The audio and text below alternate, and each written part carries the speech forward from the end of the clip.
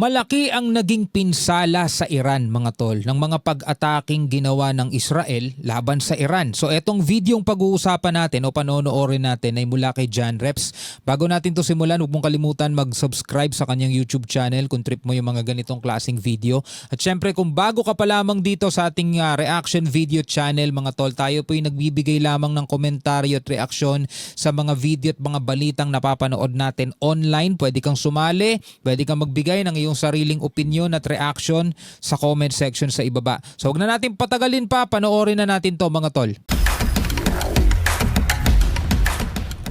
Sa patuloy na palitan ng matinding atake ng Iran at Israel kahapon. Ito yung mga labanan o ito yung palitan ng pag-ataking naganap nitong nakaraang araw lang mga kapatid, no. Actually ngayon ang kabakbakan ng Iran ngayon is Amerika din, no, maliban dito sa Israel. Kanya-kanyang upload naman ng video ang mga sibilyan tulad nito kung saan makikita ang mga air defense system ng Israel na aktibong sinasalag ang mga ballistic missiles ng Iran.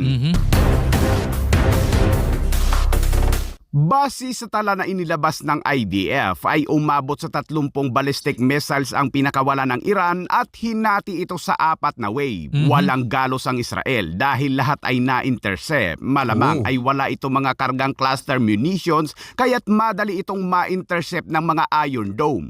Nauna ring sinabi ng Na-intercept daw lahat. Iran na pababagsakin umano nila ang mga fighter jets ng Israel sakaling pumasok ang mga ito sa kanilang airspace. Bago ang mga missile strike ay sinabi rin ng Iran na anumang ganti mula sa Israel ay palalawakin ng Iran ang mga pag-atake nito at kabilang sa mga tatargetin nito ay ang mga base militar ng Amerika. Ngunit alam naman natin mga kabayan na hindi nasisindak ang Israel sa ganyang mga banta at lintik lang ang walang ganti. Kaya't nang magliliwanag na kahapon, sinabi ng IDF na naglunsad ito ng 12 na mga fighter jets patungo sa Iran.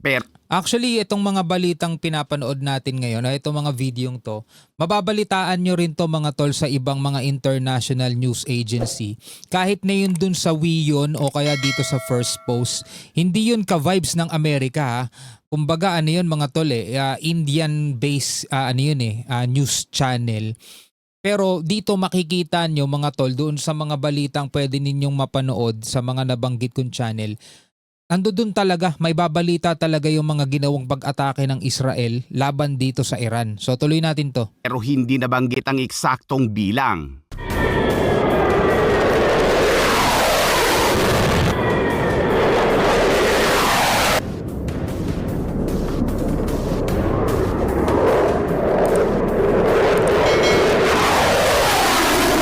Fighter jets ng Israel. Ito yung kanilang mga ginagamit kasi pang airstrike eh. Bihira sila yung nagpapakawala o naglo-launch ng mga ballistic missile. Kadalasan ang ginagamit na pang-atake ng Israel, ito talaga yung mga fighter jet nila.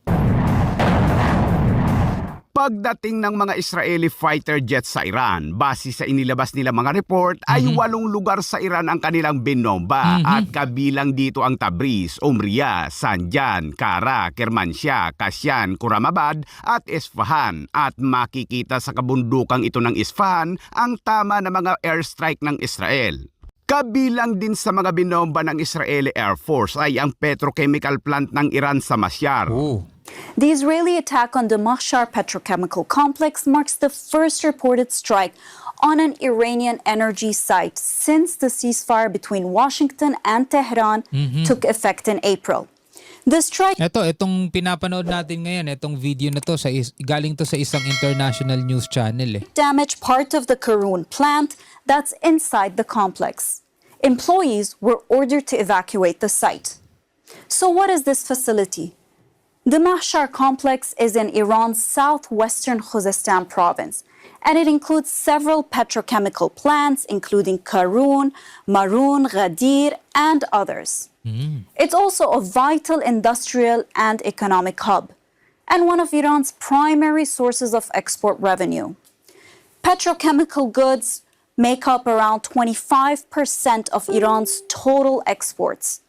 The complex produces millions of tons of chemicals and polymers used in products such as plastics, clothing, fertilizers, and medical equipment. Malawak ang pinsalang natamo Mas gusto kong pinapanood yung mga ganitong klase ng balita, mga tol, na binibigyan natin ng reaction kesa doon sa ibang mga nagpo-post sa social media tapos ang ginagamit nilang basehan ng kanilang mga sinasabi is yung mga AI na pinopost. May mga nagtatag pa nga sa akin yun daw yung totoong balita. Okay, kung yun ang totoong balita na gusto nyong paniwalaan, o di okay. Ako naman manonood ako doon sa mga talagang malalaking international o kahit local news agency, no? Kasi sila talaga yung may resource para sa mga totoong balita. ng Iran sa isang pasada pa lamang ng Israel dahil sa precise strike nito at muling pinatunayan ng Israel ang air superiority nito sa airspace ng Iran. Habang ipinasilip naman ng Israel sa publiko ang isa sa kanilang mga atake sa Iran kung saan tinamaan nito ang umano'y air defense system ng Iran.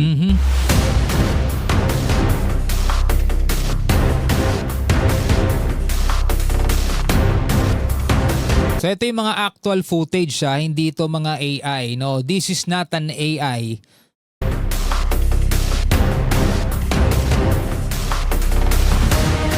Pero may nakisali na naman sa palitan ng atake mga kabayan ang tropa nating Houthi sa Yemen. At bago ang sakuna ay naglabas muna ng malaurasyong banta ang Houthi at wawasakin umano nila ang Israel. في إطار التصدي للعدوان الأمريكي والصهيونية على محور الجهاد والمقاومة.